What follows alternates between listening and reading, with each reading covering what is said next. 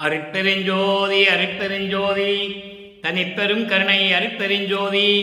எல்லா உயிர்களும் இன்புற்று வாழ்க, வள்ளல் மலரடி வாழ்க வாழ்க, கொல்லா விரதம் குவளை எல்லாம் ஓங்குக, நல்லோர் நினைத்த நலம் பெறுக, நன்றி நினைத்த எல்லோரும் வாழ்க இசைந்து.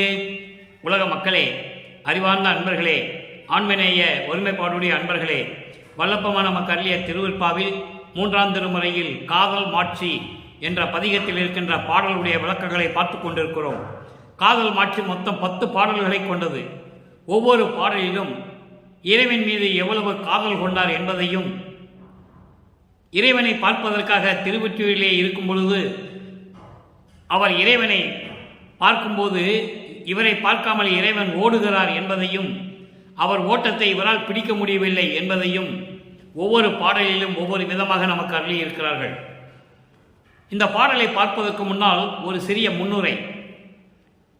இந்த பிரபஞ்சம் தோன்றிய காலத்திலிருந்தே சமயங்களும் மதங்களும் மார்க்கங்களும் சூழ்ந்திருந்த காலகட்டங்களில் இந்த சமய தலைவர்களும் மத தலைவர்களும் மார்க்கங்களை பின்பற்றி கொண்டிருந்த தலைவர்களும் எல்லாருமே இறைவனை உருவகப்படுத்தி, பலவிதமாக உருவகப்படுத்தி, பல பெயர்களிலே அழைத்து கொண்டு பல இடங்களிலே ஆலயங்களை அமைத்து வழிபட்டு கொண்டிருந்தார்கள்.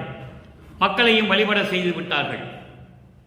இந்த சமயங்களும் மதங்களும் மார்க்கங்களும் இல்லாத ஒரு தனி மார்க்கமான சமரச சுத்த சன்மார்க்கத்தை நிறுவி அதை செயலாற்றும்படி செய்வதற்காக தன் மகனை ஒரு தாயின் வழியாக இந்த மண்ணுலைக்கு வருவிக்க செய்து பல காலகட்டங்களிலே மகனை திருவிளையாடல் செய்து எப்படியெல்லாம் அருளை கொடுத்தார் என்பதையும், சமயங்களும் மதங்களும் மார்க்கங்களும் இல்லாத அந்த சூழ்நிலையில் சமரச சுத்த சன்மார்க்கத்தை தன் மகனிடம் கொடுத்து அதை வளர்ப்புமானவர்கள் பெற்றுக்கொண்டு எப்படியெல்லாம் இறைவனுடைய அருளை பெற்றார் என்பதையும் நாம் ஒவ்வொரு பாடலிலும் பார்த்து கொண்டிருக்கிறோம்.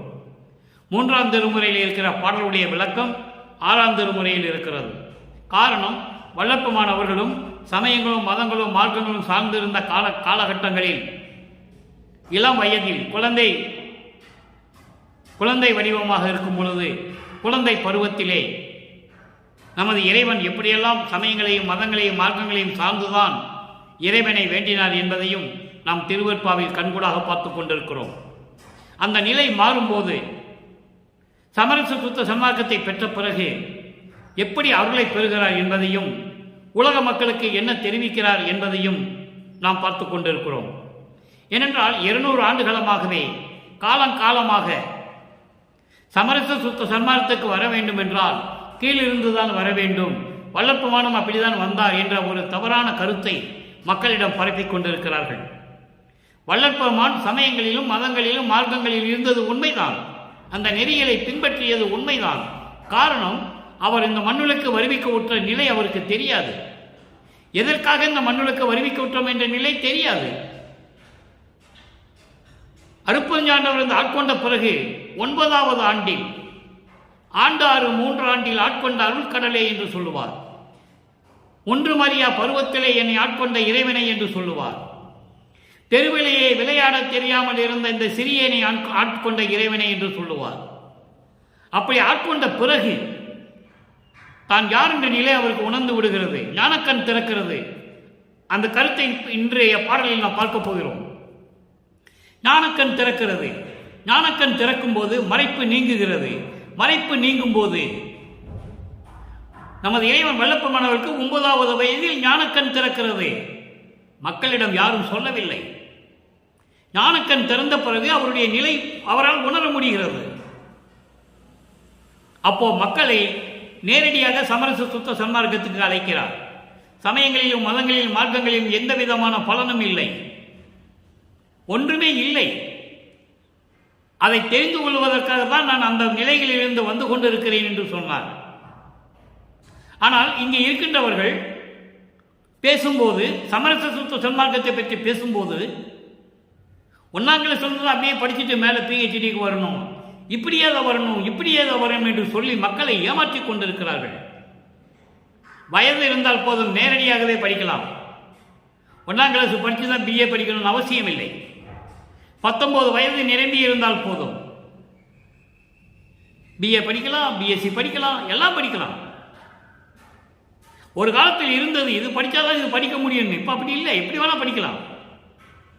அறிவு இருந்தால் போதும், ஆற்றல் இருந்தால் போதும். எத்தனையோ புத்தகங்களை நாம் படித்திருக்கிறோம். ஜிடி நாயுடு எந்த கல்லூரியில் படித்து விஞ்ஞானியாகவில்லை. தாமஸ் ஆல்வா எடிசன் எந்த கல்லூரியிலும் படித்து விஞ்ஞானியாகவில்லை. அறிவு இருந்தது, ஆற்றல் இருந்தது, திறமை இருந்தது, விஞ்ஞானியானார்கள். 8 வயது பையன் எம்எஸ்சி பிசிக்ஸ் எழுதுகிறான். 8 வயது பையன் எம்எஸ்சி பிசிக்ஸ் எழுதி கோல்டு மெடல் வாங்குறான். எப்படி? அப்படியெல்லாம் கீழே சமயங்களை உருவ வழிபாடுகள் செஞ்சுட்டு தான் வரன்ற அவசியம் இல்லை. சமரச சுத்த சன்மார்க்கம் என்பது தனி மார்க்கம், எதனையும் சாராத மார்க்கம் என்பதை இங்கே நான் பதிவு செய்ய கடமைப்பட்டிருக்கிறேன். இதையெல்லாம் ஏன் சொல்ல வேண்டியிருக்கு என்றால், இந்த பாடலுடைய விளக்கம் அங்கு அடங்கி இருக்கிறது. இறைவன் அருப்பஞ்சாண்டவர் வந்து தன் மகனை ஆட்கொண்ட பிறகு இவருக்கு யார் என்ற நிலை தெரிந்து விடுகிறது. தந்தையை பார்ப்பதற்காக திருவெற்றியூருக்கு செல்கிறார். இவரை பார்த்ததும் அவர் ஓடுகிறார். இதுவரைக்கும் நீங்க கேள்விப்பட்டீங்களா? யாராவது சொல்லியிருக்காங்களா? வல்லற்பமான பார்த்து இவர் ஓடுறாரு. இறைவன் அவர் ஓட்டத்தை இவர் ஓடி பிடிக்க முடியல. அவன் நிலை எனக்கு தெரிந்து விட்டது, அவன் நிலை எனக்கு தெரிந்து விட்டது, அவனை நான் விடவே மாட்டேன் என்று சொல்லுகிறார் வல்லற்பமான். 1ஆம் திருமுறையிலிருந்து 4ஆம் திருமுறை வரைக்கும் இதே நிலைதான். அதன் பிறகு சமரச சுத்த சன்மார்க்கத்தை பெற்ற பிறகு 1ஆம் திருமுறையிலிருந்து 4ஆம் திருமுறை இருக்கின்ற பாடல்களுக்கு விளக்கம் 6ஆம் திருமுறையில் இருக்கிறது. 2ஆம் திருமுறையிலே திருநீர் பூச சொல்லுவார். சிவாய நம என்று நீரிடு, நமச்சிவாயம் என்று நீரிடு எல்லாம் சொல்லுவார். உண்மைதான், மறுப்பதற்கில்லை. 2ஆம் திருமுறையிலே சிவ புண்ணிய தேற்றத்திலே பதிகத்திலே 10 பாடல்கள் இருக்கிறது. திருநீர் பூச வேண்டும் என்று சொல்லுவார். அதை இறைவன் 4ஆம் திருமுறையிலே பிரசாத மாலையிலே வரும்போது வேண்டாம் என்று சொல்லுவார். இறைவனே வேண்டாம் என்று சொல்லுவார் மகனுக்கு. எல்லாருக்கும் திருநீர் கொடுத்துட்டு போகும்போது இவர் வரிசையில் நிற்பார். இவர் வாங்குறதுக்காக நிற்பாரு, இறைவன்கிட்ட திருநீர் வாங்குறதுக்கு. மற்றவங்களுக்கு தெரியாது திருநீர் கொடுப்பவன் இறைவன் என்று மற்றவங்களுக்கு தெரியாது. ஆனால் இவருக்கு தெரியும். இவருக்கு அவர் தந்தை என்று தெரியும், தந்தைக்கு இவன் மகன் என்று தெரியும். உனக்கு வேண்டாம் மகனே, உன் நிலை மாறிவிட்டது என்று சொல்லுகிறார் இறைவன். 6ஆம் திருமுறைக்கு வரும்போது தெளிவாக சொல்லுகிறார். எந்த சங்கற்ப விகற்பங்களும் இருக்கக்கூடாது என்று சொல்லுகிறார். சுத்த சன்மார்க்கத்தின் முக்கிய தடைகள் என்று சொல்லுகிறார். சமயங்களையும் மதங்களையும் மார்க்கங்களையும் என்பதை நான் பதிவு செய்ய கடமைப்பட்டிருக்கிறேன். இப்ப இந்த பாடலுடைய விளக்கத்தை பாருங்க. பேசணும்னா பேசிட்டே இருக்கலாம், நல்லா பேசிக்கிட்டே இருப்பேன். அந்த அறிவாற்றலையும் அந்த சிந்தனையையும் இறைவன் எனக்கு தயவோடும் கருணையோடும் கொடுத்தனால்தான் பேச முடிகிறது. இல்லைன்றால் பேச முடியாது. மற்றவங்க மாதிரி மலிப்பு பேசிட்டு போயிட்டே இருக்கலாம். அது நமது கடமை அல்ல. அது வள்ளலாருக்கு செய்ய வேண்டிய ஊழியம் அல்ல. இந்த வள்ளலார் ஊழியம் செய்வதற்காகவே ஆட்கொள்ளப்பட்டவன். எனவே இன்று நாம் பார்க்க வேண்டிய பாடல் 5வது பாடல். நல்ல கவனிங்க நண்பர்களே. 3ஆம் திருமுறை காதல் மாட்சி. இறைவன் மீது எப்படி காதல் கொண்டு இறைவனை பார்க்க வருகிறார், இறைவன் மீது எப்படி அன்பு செலுத்தி இறைவனை பார்க்க வருகிறார். இவனை பார்த்தவுடனே, வல்லற்பமானை பார்த்தவுடனே இறைவன் ஓட்டம் பிடிக்கிறான். ஏன் அதுக்கு பதில் சொல்ல வேண்டும். ஏன் இவரை பார்த்தவுடனே இறைவன் ஓடுகிறார்? இன்னும் காலம் இருக்கிறது. பருவமாக தான் அருளை கொடுக்க வேண்டும். இதுதான் காலத்தின் கட்டாயம். அதை தான் சொல்லுவார். முன்பருவம் பின்பருவம் காட்டி எனக்கு அருளினாய் என்று சொல்லுவார். மகனை பார்த்து தந்தை இறைவன் ஓடுகிறான். அதை தான் இந்த பாடலிலே பார்க்க போகிறோம். நன்றாக கவனியுங்கள். நாடார் வளம் கொள் ஒற்றி நகர் நாதர் பவனிதனை காண நீடா ஆசையினால் வந்து நின்றால். எவ்வளவு அற்புதமா சொல்றாருங்கிறத நீங்க பார்த்துக்கணும். நீடா ஆசையினால் வந்து நின்றால் நமது நிறை கவர்ந்து பாடா வல் ஆரம், பாடு ஆர் வல் ஆரம் அப்படின்னு அந்த வரியை படிக்கணும். பாடா வலாரம் இருக்கும். ஆனா வரியை படிக்கும்போது பாடு பிளஸ் ஆறு பிளஸ் வல் பிளஸ் ஆரம். பாடார் வல்லாரம் நம்மை திரும்பி பாராது ஓடுகின்றார். நாம் ஓடாது ஓடினாலும் அவர் ஓட்டம் பிடிக்க ஒண்ணாதே, அவர் ஓட்டம் பிடிக்க ஒண்ணாதே என்று இது பாடல். இந்த பாடலுடைய பதவுரை பாருங்க. நாடார் வளம்கொள் ஒற்றி நகர், நாடார் வளம்கொள் ஒற்றி நகர் நாதர். இறைவனை எங்க இருக்கிறான்னு சொல்றாரு, திருவொற்றியூரில் இருக்கிறான்னு சொல்றாரு. அப்போ சமயங்களும் மதங்களும் மார்க்கங்களும் சூழ்ந்து இருந்த காலகட்டங்களில் இவருக்கும் மறைப்பு இருந்தது. இவர் யார் என்றே இவருக்கு தெரியாது. உலகியலுக்காக ராமையா பிள்ளை சின்னையாமையருடைய குழந்தைன்னு எல்லாருக்கும் தெரியும், உலகியலுக்கு எல்லாருக்கும் தெரியும். ஆனால் இவர் இறைவனால் எப்படி வருவிக்க செய்தார் என்பது யாருக்கும் தெரியாது, இவருக்கே தெரியாது. 9 ஆண்டுகளுக்கு பிறகுதான் தெரியும். இவருக்கு தெரியாத நிலையில் இருக்கும்போது இறைவன் வந்து ஆட்கொண்டு விட்டு சென்று விட்டார். இவருக்கு ஞானக்கண் திறந்து விட்டது, தான் யார் என்ற நிலை உணர்ந்து விட்டது. அப்போ இறைவனை பார்க்கறதுக்காக திருவொற்றியூர் செல்லுகிறார். திருவொற்றியூர் சென்று எப்படி அந்த திருவொற்றியூர் எப்படி திருவொற்றியூர், நாடார் வளம் சூழ் ஒற்றி நகர் நாதர். நாடார் வளம் சூழ் என்பது அழகான நீர் வளங்கள் நிறைந்த பண்ணை வயல்கள் சூழ்ந்த அந்த நிலையில் இருக்கின்ற திருவொற்றியூர் நகரில் இருக்கின்ற இறைவனுடைய பவனிதனை, திருவிழா வீதியை அவர் வருவதை நான் பார்ப்பதற்காக வந்து வந்து நின்றார். வந்து வந்து நின்றால் என்ன, அடிக்கடி வந்து வந்து நான் நிற்கிறேன் இறைவனை பார்ப்பதற்கு. என் மறைப்பை நீக்கி யார் என்று காட்டிவிட்டான், அவன் யார் என்று நான் தெரிந்து கொண்டேன். அவனை பார்ப்பதற்காக நான் திருவொற்றியூரிலே சென்று கொண்டு நின்று கொண்டிருக்கிறேன். எப்படி, நீடா ஆசையினால், தீராத ஆசையினால், இறைவன் மீது காதல் கொண்ட மோகத்தினால், இறைவன் மீது காட்டிய அன்பினால் நான் அங்கு வந்து நின்று கொண்டிருக்கிறேன். அப்போ எனது நிறை கவர்ந்து இவரை தன்னை தலைவியாகவும் இறைவனை தலைவனாகவும் வர்ணனை செய்து கொடுக்கிறார் பாடல் உலக மக்களுக்கு. அப்போ நிறை கவர்ந்து என்பது எனது பெண்மையை கவர்ந்து சென்று விட்டான். எனது பெண்மையை கவர்ந்து சென்று திரும்பி பார்க்காமல் ஓடுகிறான். ஓடுகின்ற இறைவன் எப்படிப்பட்ட இறைவன், பாடுகார் வல் ஆரம் கொண்ட இறைவன். பாடுகார் வல் ஆரம் கொண்ட இறைவன் என்றால் அடியார்களின் பாடல்களை எல்லாம் ஏற்றுக்கொண்டு அடியார்களுக்கு அருளை கொடுக்கக்கூடிய இறைவன், அடியார்கள் வணங்குகின்ற அந்த நிலையை பார்த்து அடியார்களுக்கு அருளை கொடுக்கின்ற இறைவன், அடியார்களுக்கு அருள் செய்யக்கூடிய இறைவன் என்னை பார்த்தவுடன் எனது பெண்மையை கவர்ந்து கொண்டு எனது கற்பை சூறையாடி கொண்டு சென்று விட்டான், ஓடுகின்றான். அவர் ஓட்டத்தை என்னால் பிடிக்க முடியவில்லை, நானும் தொடர்ந்து ஓடினேன், ஆனால் அவருடைய ஓட்டத்தை என்னால் பிடிக்க முடியவில்லை என்று சொல்லுகிறார். எவ்வளவு அற்புதம் பாருங்க நண்பர்களே. வல்லபெருமானை பற்றி இப்படி சொல்ல வேண்டும், அவர் இல்லாததை சொல்ல வேண்டாம். திருவெற்பாவில் 6 திருமுறைகளிலும் எப்படி கூறியுள்ளார் என்பதை மக்களுக்கு விளக்கி சொல்ல வேண்டும். அதுதான் இந்த ஊழியனுடைய கடமை. இந்த வள்ளலார் ஊழியன் செய்து கொண்டிருக்கிறேன் 2.5 ஆண்டு காலமாக, இன்னும் 6 ஆண்டுகள் செய்வேன். இப்ப பாருங்க, அப்போ இந்த பாடலுடைய பொருளை கோர்வையாக சொல்லுகிறேன். இப்ப வரி வரியாக சொன்னேன், இப்ப கோர்வையாக சொல்லுகிறேன்.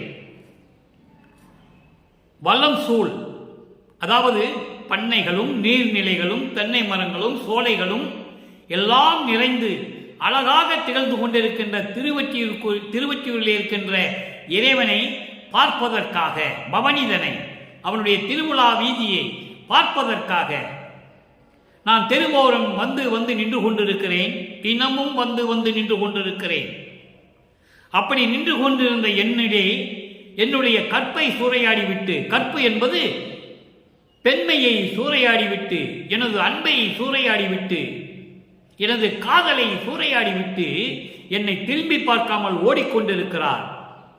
அப்படி ஓடிக்கொண்டு இருக்கிறவன் எப்படிப்பட்ட இறைவன், அடியார்கள் என்னுடைய பாடல்களை எல்லாம் ஏற்றுக்கொண்டு, அடியார்களுடைய விண்ணப்பங்களை எல்லாம் ஏற்றுக்கொண்டு அருளை கொடுக்கக்கூடிய இறைவன் என்னை பார்த்தவுடன் என் கற்பை சூறையாடிவிட்டு தெரு வழியாக ஓடிக்கொண்டிருக்கிறார். அவன் யார் என்று நான் புரிந்து கொண்டேன், தெரிந்து கொண்டேன். அவனை நான் விடவே மாட்டேன். அவன் ஓட்டத்தை என்னால் பிடிக்க முடியவில்லை என்று சொல்லி இந்த பாடலை அருளியிருக்கிறார்கள். இப்போ இந்த பாடலுடைய 3 நிலைகள், எப்படி திருவொற்றியூரில் இருக்கின்ற இறைவனை, எப்படி வடலூரிலே இருக்கின்ற சத்தியஞான சபையில் இருக்கின்ற இறைவன் என்று சொல்லுகிறார். தீராத ஆசையினால் இறைவன் மீது மோகம் கொண்டு, காதல் கொண்டு, அன்பு கொண்டு எப்படி நான் போய் இறைவனை தேடி நின்றேன், என்னை பார்க்காமல் ஓடுகிறான் என்று சொன்னவர் ஆறாம் திருமுறையிலே இறைவனே வலிய வந்து எனக்கு எப்படி அருளை கொடுத்தார் என்று சொல்லுகிறார். மூன்றாவது நிலை, அவன் ஓட்டத்தை என்னால் பிடிக்க முடியவில்லை என்று சொல்லுகிறார். இங்கே ஆறாம் திருமுறையிலே என்னோடு இரண்டரை கலந்து கொண்டான் என்று சொல்லுகிறார். நிலைகள் மாறுகிறது. சமயங்களோ மதங்களோ மார்க்கங்களோ ஒளிந்து விட்டன. அதை விட்டு வந்த பிறகு இந்த நிலை வல்லற்பெருமானுக்கு எப்படி கிடைத்தது என்பதை சொல்லுகிறார். அவர் ஏற்கனவே பெறக்கூடியவர், ஆனால் உலக மக்களுக்காக சொல்லுகிறார். சமரச சுத்த சன்மார்க்கம் விளக்கம் என்ன என்பதை இங்கே நாம் தெளிவாக பார்க்க போகிறோம். நன்றாக கவனியுங்கள். இந்த மூன்று நிலைகளுக்கும் காதல் மாட்சியிலே சொல்லப்பட்ட 5வது பாடலிலே சொல்லப்பட்ட இந்த மூன்று நிலைகளுக்கும் மூன்று நிலைகள் 3 பதிகங்களிலே அதே 5வது பாடலிலே எப்படி சொல்லுகிறார் என்பதை பார்க்க போகிறோம். ஆறாம் திருமுறை 49வது பதிகம் இறைவனை ஏத்தும் இன்பம். இறைவனை வணங்குவதில் எப்படி ஒரு இன்பம் கிடைக்கிறது?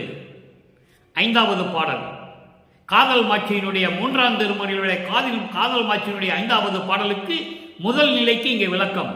அங்க திருவொற்றியில் இருக்கின்ற இறைவன் என்னை பார்த்து ஓடுகிறான் என்று சொல்லுவார். இங்கே இறைவனை எப்படி சொல்லுகிறார்? தாயனே, எனது தாயையே, தாதையே, தாயனே, எனது தாதையே, ஒருமை தலைவனே, தலைவனே என்கோ. ஒருமை தலைவன் என்று சொல்லுவார், தனியாக தலைவன் என்று சொல்லுவார். ஒருமை தலைவனே, தலைவனே என்கோ. பேயனின் பிழையை பொறுத்து அருள் புரிந்த பெருந்தகை பெரும்பதி என்கோ.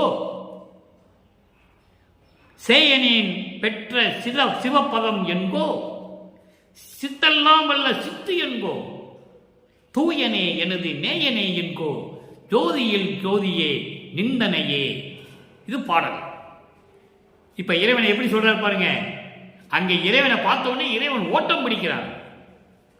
இங்கே இறைவனை சமரச சுத்த சன்மார்க்கத்தை பெற்ற பிறகு விளக்கம் தாயனே, தாயை போன்ற இறைவனே, தாய் அன்பு உள்ளம் கொண்ட இறைவனே, தாயை போன்று அன்பு உள்ளம் கொண்ட இறைவனே, எனது தாதையே, தாதை என்பது தந்தை, எனது தந்தையே, ஒருமை தலைவனே, ஆண்மநேயம் கொண்ட ஒருமைப்பாடு கொண்ட தலைவனே.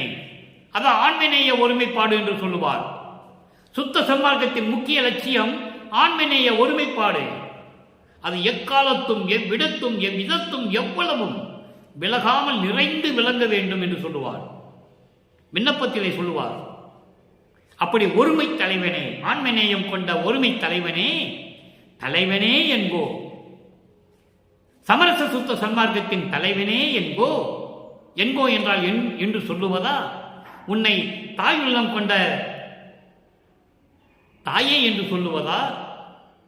தந்தை என்று சொல்லுவதா? ஆண்மநேயம் ஒருமை கொண்ட ஒருமைப்பாட்டு தலைவன் என்று சொல்லுவதா? சமரச சுத்த சன்மார்க்க சங்கத்தின் தலைவன் என்று சொல்லுவதா? பேயனின் பிழையை பொறுத்து பேய் போன்று திரிந்து கொண்டிருந்த இந்த பேயனுடைய தவறுகளை எல்லாம் மன்னித்து எனக்கு அருள் புரிந்த பெருந்தகை பெரும்பதி என்கோ. எனக்கு அருள் புரிந்த அருட்பெருஞ்சோதி ஆண்டவர் என்று சொல்லுவதா? அதைதான் பெருந்தகை பெரும்பதி என்று சொல்லுகிறார். பெருந்தகை பெரும்பதி என்பது அருட்பெருஞ்சோதி ஆண்டவர். உன்னை அருட்பெருஞ்சோதி ஆண்டவர் என்று சொல்லுவதா? சேயனின் பெற்ற சிவபதம் என்று சொல்லுவதா? சேயன் என்பதல்ல, உனது மகன் நான். எவ்வளவு அற்புதமா சொல்ற பாருங்க. உனது மகன் நான் பெற்ற சிவபதம் என்று சொல்லுவதா?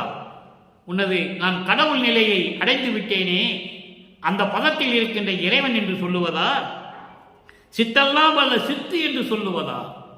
எல்லா சித்துகளையும் அருள் வளமைகளையும் பெற்ற இயற்கை உண்மை விளக்க கடவுள் என்று சொல்லுவதா? சித்து என்பது இயற்கை உண்மை விளக்க கடவுள். சத்து என்பது இயற்கை உண்மை. சித்து என்பது இயற்கை உண்மையின் விளக்கம். சித்து என்று சொல்லுவதா? இயற்கை உண்மையின் விளக்கம் என்று சொல்லுவதா? தூயனே என்று சொல்லுவதா? எனது நண்பன் என்று சொல்லுவதா? நான் எப்படி சொல்லுவது? ஜோதியில் ஜோதியே, ஒளிக்குள் ஒளியாக வெளியிட்டுக் கொண்டிருக்கின்ற இறைவனே, உன்னை நான் எப்படி சொல்லுவது என்று சொல்லி இந்த பாடலை நமக்கு அள்ளி இருக்கிறார்கள். அடுத்த ஒரு நிலை பாருங்க. பொது நடம் என்ற நிலையில் பதிகத்தில் 52வது பதிகம் பொது நடம் 6ஆம் திருமுறையில் 5வது பாடல். மூன்றாம் திருமுறையிலே காதல் மாற்றில் இருக்கின்ற 5வது பாடலுக்கு இங்க ஒரு நிலைக்கு விளக்கம் இருக்கிறது. அங்கே இறைவன் ஓடுகிறான் என்று சொல்லுவார் இல்லையா? இங்கே இறைவன் எங்கே இருக்கிறார் என்று சொல்லுகிறார். நல்லா கவனிக்கணும். அற்புத நிறைவே சற்புதர் அறிவில் அறிவு என அறிகின்ற அறிவே சொற்புனை மாயை கற்பனை கடந்த துரிய நல் நிலத்திலே துளங்கும் சிற்பர சுடரே தற்பர ஞான செல்வமே சித்து எல்லாம் புரியும் பொற்புலம் அளித்த நற்புல கருத்தே பொது நடம் புரிகின்ற பொருளே. பாடல் இது பாடல். பொருள் பாருங்க. அற்புத நிறைவே, அற்புத நிறைவே, அற்புதமான பரிபூரணமாக விளங்கிக் கொண்டிருக்கின்ற இறைவனே, பிரபஞ்சம் முழுவதும் ஒளி வீசிக்கொண்டு சுடர் பரப்பிக் கொண்டு அற்புதமான நிலையில் பரிபூரணமாக விளங்கிக் கொண்டிருக்கின்ற இறைவனே, அது அற்புத நிறைவே என்று சொல்லுகிறார். சற்புதர் அறிவில் அறிவு என, சற்புதர் அறிவில் அறிவு என, மெஞ்ஞான அறிவு பெற்றவர்களுடைய அறிவில் இருக்கின்ற அறிவுதான் அறிவு என்று அறிகின்ற அறிவே. மெஞ்ஞானம் உடைய இறைவனே, மெய்யறிவு கொண்ட இறைவனே. எப்படி சொல்ற பாருங்க. மெய்யறிவு பெற்றவர்கள் தான் அந்த ஞான நிலையை பெற முடியும். சற்புதர் என்பது மெய் அறிவுடையவர்கள். மெய் அறிவுடையவர்கள் அறிவினில் விளங்கிக் கொண்டிருக்கின்ற மெஞ்ஞான அறிவே. அப்படிப்பட்ட இறைவனே, சொற்புனை, சொற்புனை என்பது சொல் மாலை, சொல்லை அலங்காரமாக சொல்லுவது, அதாவது ஒரு மயக்கம் வர்ற மாதிரி பேசுவது, அதுக்கு தான் சொற்புனை என்று சொல்லுகிறார். அதற்கு பொருள் சொல் அலங்காரம். சொல் அலங்காரம் என்பது மயக்கம். மயக்கம், மாயை, கற்பனை இவையெல்லாம் கடந்து துரிய நல் நிலத்திலே துளங்கும், துரிய வெளியிலே விளங்கிக் கொண்டிருக்கின்ற, துரிய நல் நிலம் என்று சொல்லுகிறார். துரிய சிவவெளி என்று சொல்லலாம். துரிய சிவவெளியில் விளங்கிக் கொண்டிருக்கின்ற சிற்பரம் சுடரே, மெஞ்ஞான கடவுளே. நான் அடிக்கடி கூறுவதுண்டு, மெஞ்ஞானத்துக்கும் ஞானத்துக்கும் எவ்வளவு வித்தியாசங்கள் இருக்கிறது. இவர் ஞான கடவுள் அல்ல, மெஞ்ஞான கடவுள். ஞானம் பெற்றவன் கடவுள் அல்ல. அந்த நிலை, அந்த ஞானம் என்ற நிலை ஒரு குறிப்பிட்ட காலம்தான் இருக்கும். அதன் பிறகு நிலைக்காது, மறைந்து விடும். ஆனால் மெஞ்ஞானம் அப்படி அல்ல, முக்காலத்தையும் உணரக்கூடியது. அதான் சிற்பரம் சுடரே, மெஞ்ஞான கடவுளே, தற்பர ஞான செல்வமே. தற்பர ஞான செல்வமே என்பது சுயமாக தோன்றிய, சுய ஜோதியாக, சுயம் ஜோதியாக தோன்றிய ஞான செல்வமே. அதைதான் வல்லப்பெருமான் சொல்லுவார், ஆதியும் அந்தமில்லாம் அருப்பெருஞ்சோதி. ஆதியும் அந்தமில்லா அருப்பெருஞ்சோதி என்று சொல்லுவார். ஆதியும் அந்தமில்லா அருப்பெருஞ்சோதி என்பது சுயமாக தோன்றிய இறைவன். அதைதான் 2ஆம் திருமுறையிலே சொல்லுவார், ஒரு தாயின் வயிற்றில் முளைக்காத இறைவன் என்று சொல்லுவார். முளைக்காதவனுக்கு என்று சொல்லுவார். ஒரு தாயின் வயிற்றில் முளைக்காதவனுக்கு என்று சொல்லுவார். சுயமாக தோன்றிய இறைவனைத்தான் தற்பர ஞான செல்வமே என்று சொல்லுகிறார். சித்து எல்லாம் புரியும் பொற்புலம், சித்து எல்லாம் புரியக்கூடிய, எல்லா வல்லமைகளையும் செய்யக்கூடிய பொற்புலம் அளித்த, பொற்புலம் என்பது அருள் நிலை. எல்லா வல்லமைகளையும் கொடுத்து அதை செய்யக்கூடிய, செயலாற்றக்கூடிய அருள் நிலையை எனக்கு கொடுத்த அருள் நிலை, அதான் கடவுள் நிலை, இறைநிலை. கடவுள் நிலை அறிந்த அமயமாத நிலை, அதுதான் 16வது நிலை, அதுதான் ஞானத்தில் ஞானம். இப்படி அந்த அருள் நிலையை தான் பொற்புலம் என்று சொல்லுகிறார். எல்லா அருள்களையும் கொடுத்து அதை செயலாற்றக்கூடிய அந்த கடவுள் நிலை, இறைநிலை, அருள் நிலையை கொடுத்த தற்புல கருத்தே. தற்புல கருத்தே என்பது ஐம்புலன்களையும் அடக்கிக் கொண்டு ஆண்டு கொண்டு இருக்கின்ற இறைவனே, பொது நடம் புரிகின்ற பொருளே. புலம் என்பது ஐம்புலங்கள், ஐம்பூதங்கள்.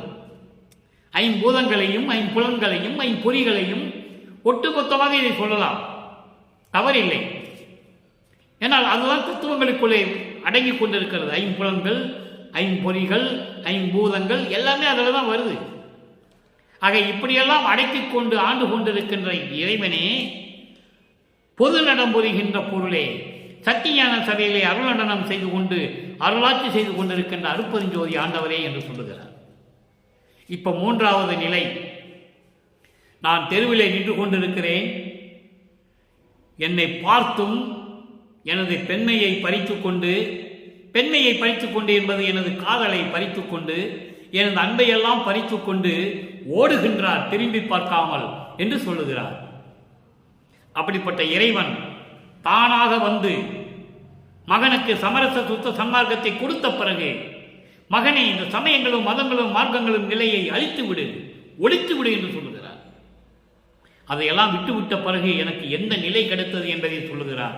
நன்றாக கவனியுங்கள். அற்புதமான விளக்கம், பிரபஞ்சத்தின் உண்மையை சொல்லக்கூடிய விளக்கம், வல்லற்பெருமானுடைய இறைநிலையை கூறக்கூடிய விளக்கம்.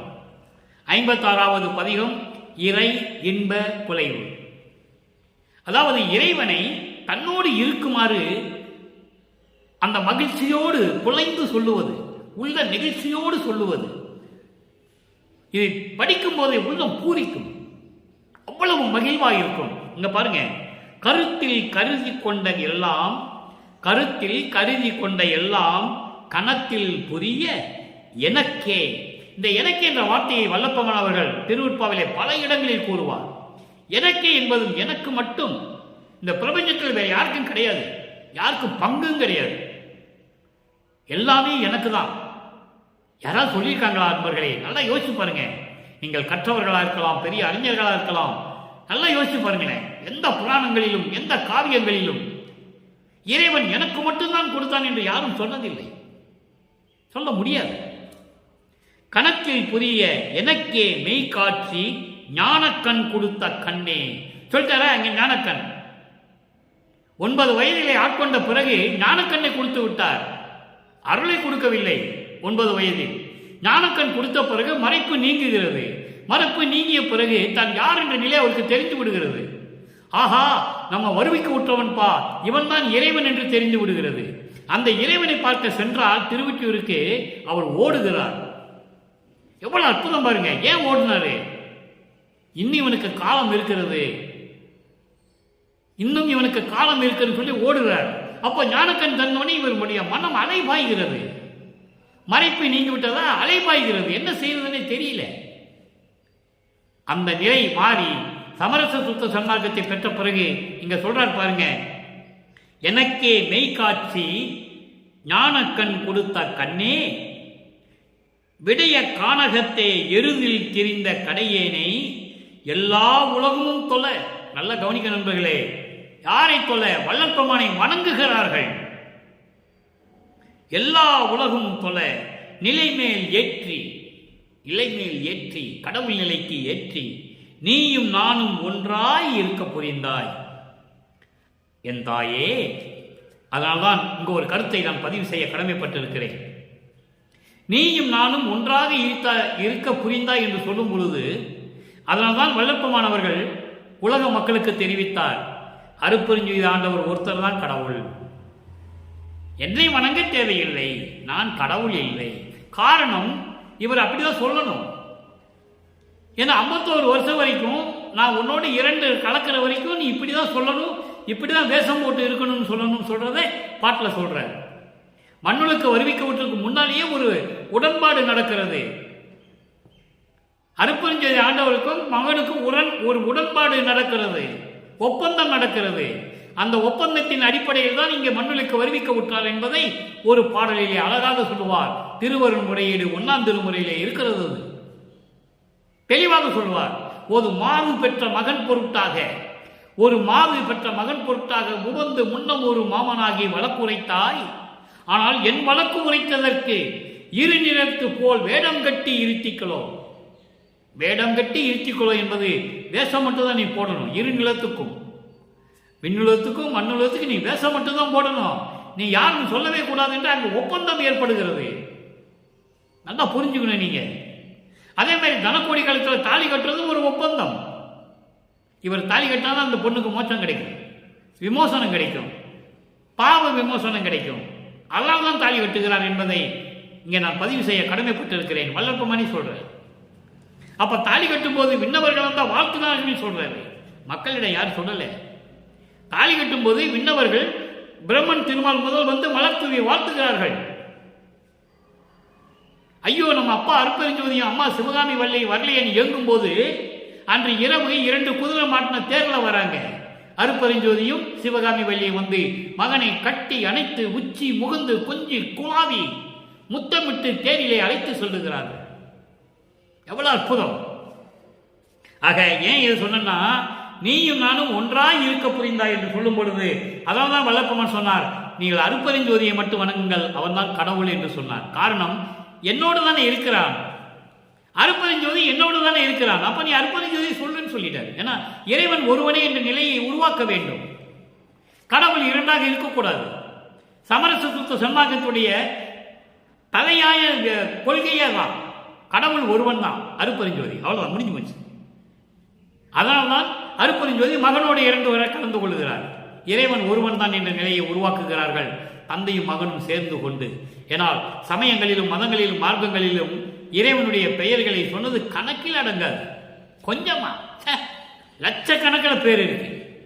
பல கடவுள்கள், பல பெயர்கள், பல இறைவன்கள் இப்படியே சொல்லி சொல்லி பாழாக்கிட்டாங்க 4 யுகத்திலையும். அதை மாத்திருக்கு தானே நமது இறைவன் வல்லப்பமன் வருகிறார். இப்ப அந்த பாடலுடைய விளக்கத்தை பார்த்துருவோம். எல்லா உலகும் தொலை நிலைமேல் ஏற்றி நீயும் நானும் ஒன்றாய் இருக்க புரிந்தாய் என் தாயே, இருத்தி கருத்தில் உன் தயவை எண்ணுந்தோறும் அந்தோ என் இதயம் உருகி தல தல என்று இலகி தண்ணீராய் ஓடி அருத்தி பெருநீர் ஆற்றோடு சேர்ந்து அன்பு பெருக்கில் கலந்தது. அன்பு பெருக்கில் கலந்தது. நான் அது என்று ஒன்றும் தோற்றாதே, நான் அது, நான் கமா அது, நானும் இறைவனும் ஒன்றுதான், வேறு இல்லை என்ற நிலையில் நான் இருந்து கொண்டிருக்கிறேன். அச்சோ அச்சோ அச்சோ என்று சொல்லுகிறார். அங்கே இறைவன் இவனை பார்த்து ஓடுகிறார். இங்கே இறைவனும் அவரும் ஒன்றாகிவிட்டார்கள் என்பதை நீங்கள் புரிந்து கொள்ள வேண்டும். இப்ப அந்த பாட்டுடைய விளக்கம் பாருங்க, ரொம்ப எளிமையான விளக்கம். நமக்கு நேரம் கடந்து கொண்டிருக்கிறது. கருத்தில் கருதி கொண்ட எல்லாம், உள்ளத்தில் நினைத்ததை எல்லாம் ஒரு நெடியில் புரிந்து கொள்ள கணத்தில் புரிய என்று சொல்லுகிறார். ஒரு நொடிதான், ஒரு நொடியில் புரிந்து கொள்ள எனக்கே மெய்காட்சி ஞான கண் கொடுத்த கண்ணே, எனக்கு ஞானக்கண் கொடுத்து விட்டாய். எவ்வளவு அற்புதம் பாருங்க. நான் உள்ளத்தில் நினைத்ததை, நான் என்னென்ன நினைக்கிறேனோ அப்படியெல்லாம் உடனே கன பொழுதில் ஒரு நொடியில் புரிந்து கொள்ளும்படி எனக்கு ஞானம் கண் கொடுத்த கண்ணே. அதான் வல்லப்பமானவர்கள் சொல்வார்கள், பிரம்மனுக்கு திருமால் கூட மெஞ்ஞானம் இல்லை என்று சொல்லுவார். நாகாதிபனும், அதாவது நான்முகனும் நாராயணனும் மெஞ்ஞானம் என் கண் கொண்டு காணாமல், மெஞ்ஞானம் என்னும் கண் கொண்டு காணாமல் இறைவனுடைய அடியையும் முடியையும் மெஞ்ஞானம் என்னும் கண்ணை வச்சு அவங்க பார்க்க முடியல. அதனால தானே உருமாறுறாங்க. பிரம்மன் அன்னப்பறவையாகவும் திருமால் பன்றியாகவும் உருவெடுத்து பிரம்மன் முடியை பார்ப்பதற்காக அன்னப்பறவையாக செல்லுகிறான். இவன் பன்றி உருவம் எடுத்து பாதாளத்துக்கு செல்லுகிறான். பார்க்க முடியவில்லை. தெளிவாக சொல்லுவார், நெடுமால் நெடுங்காலம் நேடியும் கண்டறியாத பூம்பாதங்கள் என்று சொல்லுவார். பன்றி என உருமாறியும் பார்க்க முடியவில்லை என்று சொல்லுவார். அவ்வளவு அற்புதமாக இருக்கும். நாம் இதுக்கெல்லாம் நிறைய விளக்கங்கள் கொடுத்திருக்கின்றன. இது ஏன் சொல்கிறேன் என்றால், ஞானக்கண் கொடுத்து விட்டால் ஞானக்கண்ணால் எல்லாரையும் பார்க்க முடியும், எல்லாவற்றையும் பார்க்க முடியும். அந்த ஞானக்கண்ணை நான் இறைவனிடம் பெற்றுக்கொண்டேன். அப்படி ஞானக்கண் கொடுத்த என் கண்ணே, விடய கானகத்தே, விடய கானகம் என்பது காடு, விடயம் என்பது உலக ஆசைகளால் சூழப்பட்ட இந்த காட்டில், அதாவது உலகியலில் 3 ஆசைகள், மண்ணாசை, பெண்ணாசை, பொன்னாசை, இந்த 3 ஆசைகளால் சூழப்பட்ட இந்த உலகியலிலே, இந்த உலக வாழ்க்கையிலே எருதில் திரிந்த மாடு போன்று திரிந்து கொண்டிருந்த என்னை எவ்வளவு தன்னை தாழ்த்திக் கொள்கிறார் பாருங்க. எவ்வளவு அற்புதம் பாருங்க. இறைவனை தன்னை தாழ்த்திக் கொள்கிறார். மாடு போல சுத்திக்கிட்டு இருந்த என்னை, எப்ப மாடு போல சுத்திக்கிட்டு இருந்தாரு? சமயங்களிலும் மதங்களிலும் மார்க்கங்களிலும் பற்றுக்கொண்டு மண்ணாசை பெண்ணாசை பொன்னாசை இந்த உலக நடைகளிலே இருக்கின்றன என்று தெரிந்து கொண்டு மாடு போல நான் சுற்றி கொண்டிருந்த என்னை எல்லா உலகமும் போல எல்லா உலகங்களும் என்னை வணங்கும்படி அந்த நிலை எப்படி கிடைத்தது? சமரச சுத்த சன்மார்க்கத்தை பெற்ற பிறகு, சமயங்களையும் மதங்களையும் மார்க்கங்களையும் விட்டு ஒழித்த பிறகு, சமரச சுத்த சன்மார்க்கத்தை பெற்ற பிறகு மாடு போன்று திரிந்து இருந்த என்னை மண்ணாசை பெண்ணாசை பொன்னாசை கொண்டு இந்த உலகியலிலே மாடு போல திரிந்து கொண்டிருந்த என்னை சமரச சுத்த சன்மார்க்கத்தை கொடுத்து சமயங்களையும் மதங்களையும் மார்க்கங்களையும் எல்லாம் ஒழித்து விட்டு வந்ததினால் எல்லா உலகமும் என்னை வணங்குகின்றன. நிலை மேல் ஏற்றி கடவுள் நிலைக்கு ஏற்றி நீயும் நானும் ஒன்றாய் இருக்க புரிந்தாய். நம்ம 2 பேரும் ஒன்னாயிட்டோம். அதை அங்க சொல்லுவார், அடியனாக்கி பிள்ளையாக்கி நேயனாக்கியே அடியலாக்கி கொண்டாய் என்னை அவலம் நீக்கியே படி உளோரும் வானுளோரும் இதனை நோக்கியே பதியும் ஓரவாரான் என்பான் பரிவு தேக்கியே. பிரபஞ்சம் தோன்றிய காலத்திலிருந்து என்னை அடியனாக்கி கொண்டாய். அதன் பிறகு என்னை பிள்ளையாக்கி இந்த மண்ணுக்கு வருவிக்க உற்றாய். அதன் பிறகு எனக்கு நண்பனானாய். அதன் பின் 7 உலக அவத்தை விட்டு, அதாவது பிறப்பு இறப்பு என்ற 7 நிலையான அவத்தைகளை எல்லாம் விட்டு என்னை அடிகளாக்கி கொண்டாய்.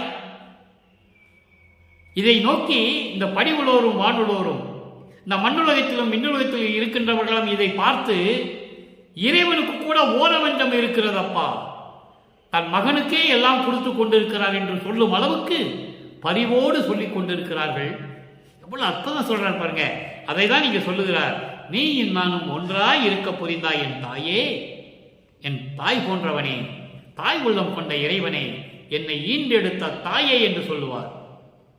நீதான் என்னுடைய தந்தை அருளுடையாய், என்னை நேர்ந்து பெற்ற தாயே என்று சொல்லுவார். அற்புதமாக இருக்கும். இருத்தி கருத்தில் உன் தயவை எண்ணுந்தோறும் உன்னுடைய தயவை நான் உள்ளத்தில் வைத்துக் கொண்டு நினைக்கும் போதெல்லாம், அதை இருத்தி என்று சொல்லுகிறார். இருத்தி என்பது உள்ளத்தில் வைத்துக் கொண்டு, உன் தயவை என் உள்ளத்தில் வைத்துக் கொண்டு அதை நினைக்கும் போதெல்லாம் நின்னுந்தோறும் ஐயோ என் இதயம் உருகி தல தல என்று தண்ணீராக ஓடி பெருக்கெடுத்து ஓடி ஆற்றிலே கலந்தது போல அன்பு பெருக்கில் கலந்தது. நான் அது என்று ஒன்றும் தோன்றாதே, நானும் கடவுளும் வேறு வேறு என்று தோன்றாத அளவிற்கு நாங்கள் ஒன்றாகிவிட்டோம். அதைத்தான் சொல்வார், அத்வைதம் என்று சொல்வார். துவைதம் என்பது வேறுபாடு உள்ளது, அத்வைதம் என்பது ஒன்றாக இருப்பது. அதைத்தான் நான் அது என்று ஒன்றும் தோன்றாமல் ஒன்றாக இருப்பது. இறைவன் என்னோடு இரண்டரை கலந்து கொண்டான் என்ற நிலையை சொல்லி அச்சோ அச்சோ என்று சொல்லுகிறார். அச்சோ அச்சோ என்பது ஐயோ எவ்வளவு வியப்பு, எவ்வளவு அற்புதமாக இருக்கிறது என்று சொல்லுகிறார். எனவே அன்பர்களே, இன்று பார்த்த பாடல்களுடைய 3 நிலைகளுக்கும் 3ஆம் திருமுறையிலே காட்சி காதல் மாட்சி என்ற தலைப்பிலே இருந்தது. அந்த 3 நிலைகளுக்கும் 6ஆம் திருமுறையிலே இந்த 3 விளக்கங்கள் எப்படி கிடைத்தன? இறைவனுடைய தயவும் கருணையும் என்னால் முடிந்த அளவுக்கு இறைவனுடைய தயவோடையும் கருணையோடு விளக்கி கொண்டிருக்கிறேன். 1ஆம் திருமுறையிலிருந்து 6ஆம் திருமுறை வரைக்கும் எல்லா பாடல்களுக்கும் விளக்கம் உண்டு. இறைவன் தயவால் விளக்க உரை எழுதியிருக்கிறேன் என்ற வள்ளலார் ஊழியன். அதை வைத்துக் கொண்டுதான் உங்களிடம் பேசிக் கொண்டிருக்கிறேன். வெறும் பாடல் மட்டும்தான், விளக்கங்களாம் இறைவன் கொடுத்தது. பாடல்களை மட்டும் ஒரு பேப்பரில் எழுதிக்குவேன். காரணம், அவ்வளோ பெரிய புக்கெல்லாம் வச்சிட்டு இருக்க முடியாது. ஒவ்வொரு பாட்டுக்கும் ஒவ்வொரு புக்கை வச்சிட்டு இருக்க முடியாது. 3ஆம் திருமுறை புக்கு வேணும், 6ஆம் திருமுறை புக்கு வேணும். அந்த பாடல்களை மட்டும்தான் நான் பேப்பரில் எழுதியிருக்கேன். விளக்கம் இறைவன் கொடுக்க வேண்டிய விளக்கம், இறைவன் கொடுத்த விளக்கம். நான் பேசியது எனக்கே தெரியாது. இந்த மாதிரி மறுபடியும் நான் இந்த பதிவை பார்த்தா தான் தெரியும் இந்த பாட்டுக்கு என்ன விளக்கம் கொடுத்திருக்கிறேன். இதுதான் உண்மை, இதுதான் சத்தியம். எனவே அன்பர்களே, இன்று நான் பார்த்த பாடலுடைய விளக்கம் உங்களுக்கு புரிந்திருக்கும் என்று நினைக்கிறேன். ஒன்றில்லை, ரொம்ப எளிமையான விளக்கம். சமயங்களையும் மதங்களையும் மார்க்கங்களையும் சூழ்ந்திருந்த போது, ஞானக்கண் திறக்காத போது, மறைப்பு நீக்க முன்னால் இறைவனிடம் யார் இறைவனே இவருக்கு தெரியாது. அதனால மனம் போனபடி பாடுகிறார். அப்போ 9வது ஆண்டில் ஆட்கொண்ட பிறகு இவர் யாருன்னு தெரிஞ்சு போச்சு. அப்ப இறைவனை பார்க்க போறாரு. ஆனா இறைவன் ஓடுகிறார். அவன் பட்ட கஷ்டங்கள், துன்பங்கள், துயரங்கள் கொஞ்சம் நெஞ்சமல்ல. எப்படி இருக்கும் பாருங்க. தான் யாருன்னு தெரிஞ்சு போச்சு, இறைவன் யாருன்னு தெரிஞ்சு போச்சு, எதுக்காக இந்த மண்ணுலக்க வந்திருக்கோன்னு தெரிஞ்சு போச்சு. அவனை பார்க்கறதுக்கு நான் திருவிட்டூருக்கு போறாரு. இவரை பார்த்த உடனே இறைவன் ஓடுறாரு. இவரால் ஓட முடியல. ஏன்னா மறைப்பு மட்டும்தான் நீங்கிச்சு, அருள் இல்லை. அருள் இருந்தால் இவரும் தாவித்தால் இவர் அவருக்கு முன்னால் போய் நின்றுப்பாரு. ஏன்னா 12 வயசுக்கு மேலதான், அதாவது 12வது ஆண்டில் தான் வருவிக்க விட்டு 12வது ஆண்டில் தான் தம் பிள்ளையை கூட்டிட்டு அண்டங்களுக்கு கூட்டு போறாரு வளர்ப்பமானே. அவருடைய செல்வப்பிள்ளை, அவருக்கு பேரு செல்வப்பிள்ளை. அருப்பெருஞ்சோதியை வச்ச பேரு செல்வப்பிள்ளை. அவர் செல்வப்பிள்ளைய கையை பிடிச்சிட்டு 12 ஆண்டுகளுக்கு மேல அண்டங்களுக்கு கூட்டு போறாரு. தெளிவா சொல்றாரு அற்பாவில், யாராலையும் மறுக்க முடியாது. அண்டங்களுக்கு அப்பால், அப்பாலுக்கு அப்பால், அப்பாலுக்கு அப்பால் நான் சென்று கொண்டு இருக்கிறேன் என்று சொல்லுகிறார். அப்படிப்பட்ட வல்லற்பமானவர்களை ஒரு சாதாரண மனிதனாகவே வர்ணித்து சொல்லிக் கொண்டிருக்கிறார்கள். நண்பர்களே, நீங்கள் நம்பாதீர்கள். அவர் இறைநிலையில் இருக்கின்ற இறைவன் கடவுளாகவே வருவிக்க உற்றவர். தந்தையும் மகனும் சேர்ந்து திருவிளையாடல் செய்கிறார்கள். கலியுகத்தினுடைய கடைசி திருவிளையாடல். இனிமே இறைவனுடைய திருவிளையாடலே கிடையாது, எல்லாமே ஆக்ஷன் தான். வல்லற்பமானுடைய ஆக்ஷன். இனிமே எல்லாமே செயல்கள் தான் என்பதை சொல்லி, நீங்களும் அப்படிப்பட்ட இறைவனை சமயங்களும் மதங்களும் மார்க்கங்களும் சாராது, எந்த சங்கற்ப விகற்பங்களும் செய்யாது, வெறும் மண் அகல்வெளிகளை தீபமேற்றி அருட்பெருஞ்சோதி அருட்பெருஞ்சோதி தனிப்பெருங்கனை அருட்பெருஞ்சு மகாமந்திரத்தை உச்சரித்து இறைவனுடைய அருளையும் பொருள்களையெல்லாம் பெற்று நோயற்ற வாழ்வில் நீங்கள் மனைவி பிள்ளைகளோடும் உங்கள் உறவினர்களோடும் வாழ்வாங்கு வாழ இறைவனோட தயவோடையும் கருணையோடையும் வாழ்த்தி இந்த வள்ளலார் மொழியன் விடைபெறுகிறேன். மீண்டும் நாளை சந்திப்போம். நன்றி, வணக்கம். அருட்பெருஞ்சோதி அருட்பெருஞ்சோதி தனிப்பெரும் கருணை அருட்பெருஞ்சோதி.